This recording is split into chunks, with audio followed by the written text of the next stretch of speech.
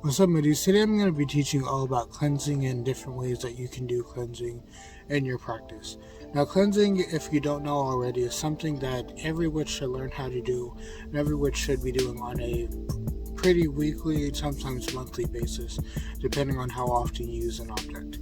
Now, cleansing can be done in multiple different ways, and also it's mainly done to take out the negative energies from something, or maybe negative energies from a space, and then just releasing that out into nature. Most of the time after you do cleanse something, usually you follow it with a recharge or any sort of intention setting. So maybe if you get something from like the thrift store or something, and then you want to use it for your spell work, usually what you would do is you would clean it. Usually that involves like a physical cleaning, and then you would do a spiritual cleaning, which is a cleansing, and then you can use your item.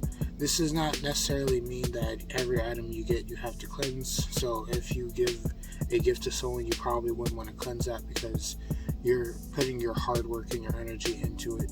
You should probably want them to have the same. But if you're getting something where maybe you didn't know where it was from, or maybe you just found something along the way somewhere and you just want to bring it back to your home, cleansing is a good way to remove any energies that are stuck onto the object. And also if you're going into maybe your own personal space and maybe you've had a bunch of energies from that, or maybe you've had a bad situation and maybe you're home or something and you would just like to cleanse that feeling, cleansing is a good way to remove that bad energy from the area. Now, there are multiple different ways to do cleansing, and also cleansing can be done in a variety of different ways. The main way that most people like to do cleansing is with any sort of like burning of herbs. Usually this is done in a herbal bundle, and it's also I believe a lot of people also do it with incense and just like incense sticks, but these are the most common ways that people like to do it, is with smoke. But you can also cleanse with just essential oils and water. What I've done here was I've just taken moon water from a previous full moon, and then I just put it into the bottle with a few essential oils that go with the full moon and the certain intention that I'm trying to do. And then once you're done with this, you can just spray it around your home whenever you would like to do any sort of cleansing. You can also cleanse with sound. I usually like to do this right when I'm getting off of work, or right when I'm about to wind down. I just like to reset and cleanse all of the energy from the day and just sort of mellow out. This is not only good for yourself, but it's also good for your environment. Just having certain type of plants are also a good way to just passively cleanse your home. They will not only cleanse the air for you, but also have that cleansing ability in certain plants that you have. Now, I have a small little garden that I have with me when I'm traveling, and I'll eventually expand this. But if you're somewhere where you can have a full potted plant, or maybe have outside plants, this is a good way to keep the energy in your home at a nice pace, and also keep it the way that you want it to. Each method of cleansing has its own pros and cons, and maybe certain things you can't do. So maybe if you have dogs, or maybe you can't burn things inside, you probably won't want to do a smoke cleansing. Maybe you want to do something with moon water, or maybe you want to try the sound cleansing. Sound cleansing does not necessarily mean you have to do the sound yourself.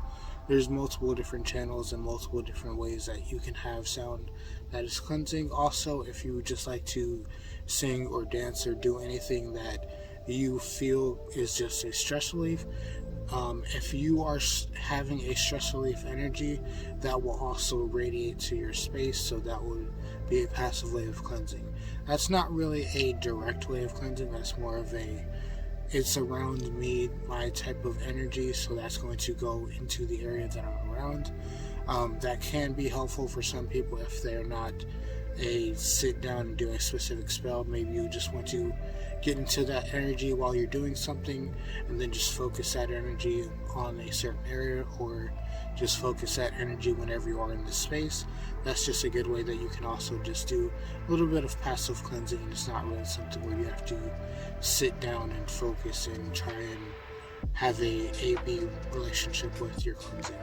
So yeah, that's just some info on cleansing, and if you would like to know anything else about witchcraft or witchcraft-related content, just subscribe to my channel. Also, if you would like to know more about witchcraft or different witchcraft basics, just check out the playlist at the end of the video. And also, if you would like to suggest anything, or maybe you have any sort of questions, just leave it in the comments below. I read all of my comments and I respond to all of them. And if you have a question, or maybe you just would like to say anything about the video, then just leave it in the comments. That's the best way to get in contact with me.